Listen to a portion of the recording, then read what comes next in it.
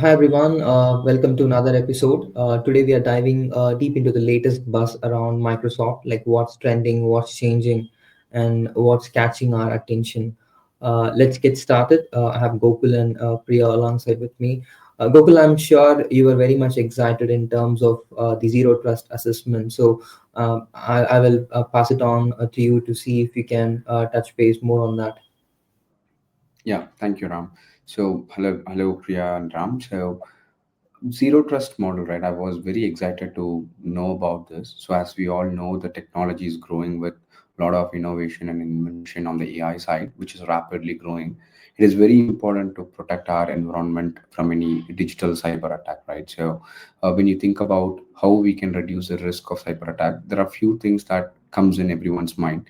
Proper authentication, authorization of the users, have least privileges, and use it on a timely manner, proactively identify the areas of any security breaches, and many more. So it is always easy to list out all the points, but it is a real challenge for the admins on how to drive it to success. So that is where Microsoft comes up with this zero trust model, which is not a product or a service. It's all about strategy in building the design and implementing to have a stronger and secure environment. So this zero trust model focuses on assessing multiple areas like identity, devices, network data, and many more. So and it helps us to find the gaps on these areas and how to fix the security posture, right? So this really sounds right. And now people might be thinking how to start the zero trust assessment. And for all those, Microsoft have a very clear detailed page on how to run the assessment, how to review it, and how to take action on mitigating the risk. And everything is very clearly mentioned in the Microsoft page, which we can share it in the video description. So, what do you think about this? So, security is something very important at this point of time, and having such a model in place, which is going to guide us on what to be addressed on priority, how to structure our environment to have it to keep it very secure. So, what are your thoughts on that? Yeah, I think they made it pretty simple, as you said, right? I think they've come up with this template, and then probably rather than the other assessments where you would need Microsoft support to come in and someone has to come into the your tenant and then run this tool, set it up. But it is more for the organizations themselves. But they wanted to bring in the key stakeholders into the meeting, like someone from the identity, collaboration, data, security, right? And I could also see they mentioned you can also bring in your CISO in some of those meetings, right? So it's like a predefined template where people can go and start putting in the feed. And it's what it is great to see is that they have divided this into like six major bricks, like identity, devices, data, network, infrastructure, and security operations, right? So each has a template where you can go and fill in the details. At the end of the session, you will get to know where you are lacking, like where you have controls, and then you can take the next steps in terms of how you can develop further. So definitely a great step forward, Gokul. Yeah. And one more thing which I noticed is this also helps us in tracking the changes, right? So it also comes up with a change tracker. It kind of an TPM running the program, right? So it helps us to manage it very clearly, what need to be done and how to do it. And one more important thing is um, some in case if someone is working as a consultant for a company, so there is something called they also let consultants understand why they need to run the zero trust model, a kind of a workshop that helps the consultants to understand more about how this product really works and how they can deploy this in their customers environment. That again is a very good thing. And one important factor is all these things are available for free. There is no additional cost involved in it. Yeah. And Priya, would you like to add anything that you find interesting? Yeah, that's really tone because nowadays compliance and security is more important, right? So I feel it's more important. This people should understand the zero trust model when they are dealing with the Copilot. So additionally, the other update I wanted to mention is the recent update on the Teams, where private channel will transition to use the channel mailbox. Earlier, it was using the individual mailboxes, right? So now the transformation is from individual mailbox to the group mailboxes. So what happens is that I feel it will improve the scalability. So as of now, they have told that it will be around 1,000 mailboxes per team, and per private channel you can add around 5,000 members is what expected. So the migration timeline is around late September or mid December. But the thing is, as an administrator or as a consultant, whoever is managing the environment, what they need to do is, if they have any retention policies on the mailbox level, they need to validate that, because this is going to change it to the M365 group level, right? So we need to change those.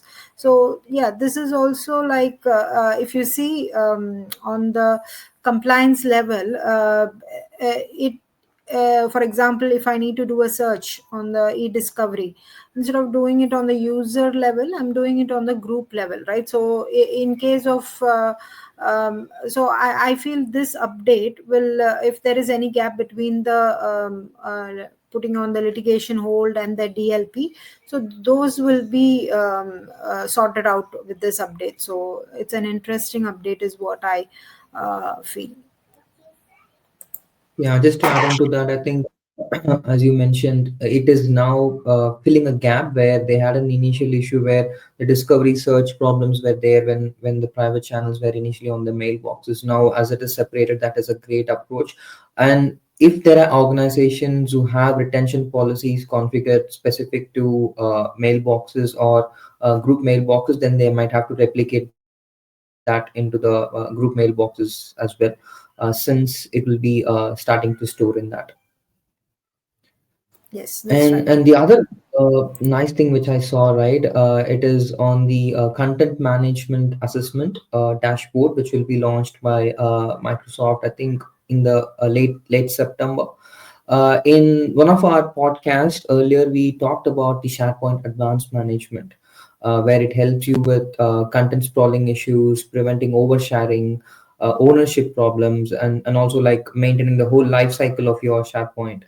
It was also coming up with AI powered insights, right? So we were using it in multiple tenants, and we saw a lot of nice insights where it tells you about which user is having access to a lot of SharePoint sites, or if there are any test sites which are created which has been inactive for a longer period of time, or if there are any sites where the data has deleted part of retention but the site is still there, right? Because when you have a retention policy in place, it only deletes the data, but the folder structure and the site still remain. So it also points out that part of the AI insights, which helps you to go ahead and clean those up and make your environment and estate clean.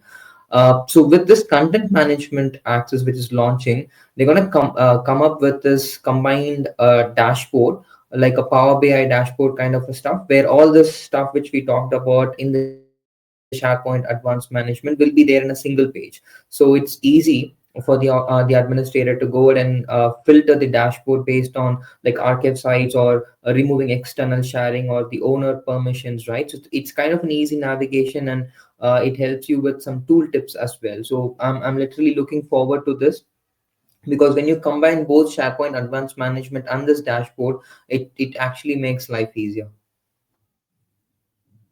Yes, it's going to be a game changer again. Yeah, and we just Yeah.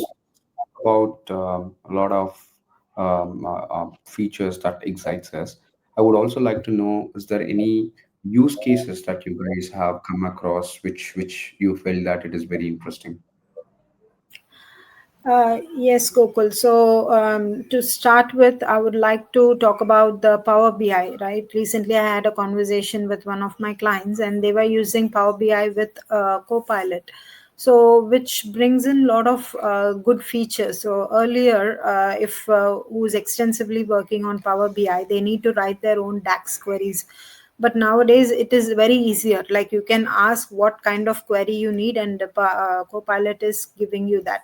So because of this, what happens is how the analysis and the visualization that is enhanced is what I can feel.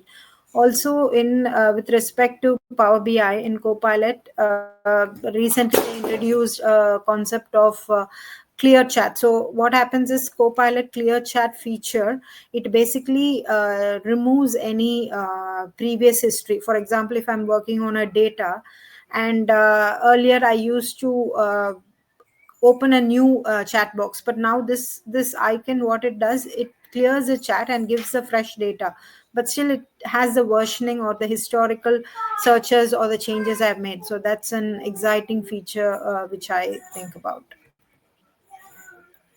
Yeah, I think more than, like as you said, Priya, I think like they had this accelerated report creation or automated data summarization and stuff like that. But these advanced features which you touched upon will actually help more insights coming in with Copilot and Power BI. So definitely that's something which we can look forward.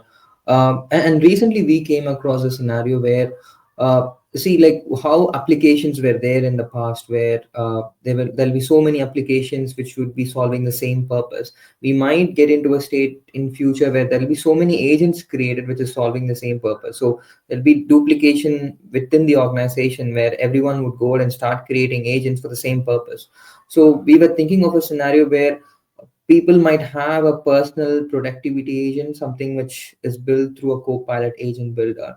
And think of applications, right? They will come up with their own agents, right? For example, we could see Jira, ServiceNow, they're launching their own agents within the application.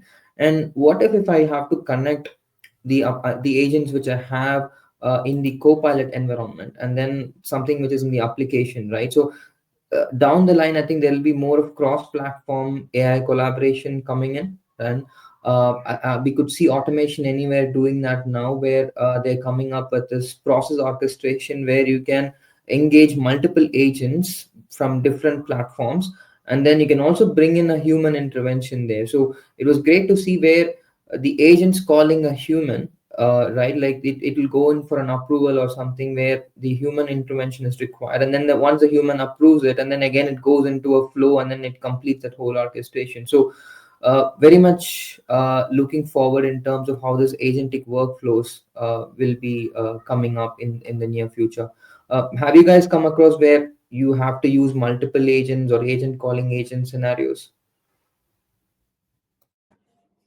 So we started using multiple agents, but your example is going to really help us in defining when it grows and when people create multiple agents for the same purpose. Probably your use case is going to help us to have a better solution in place.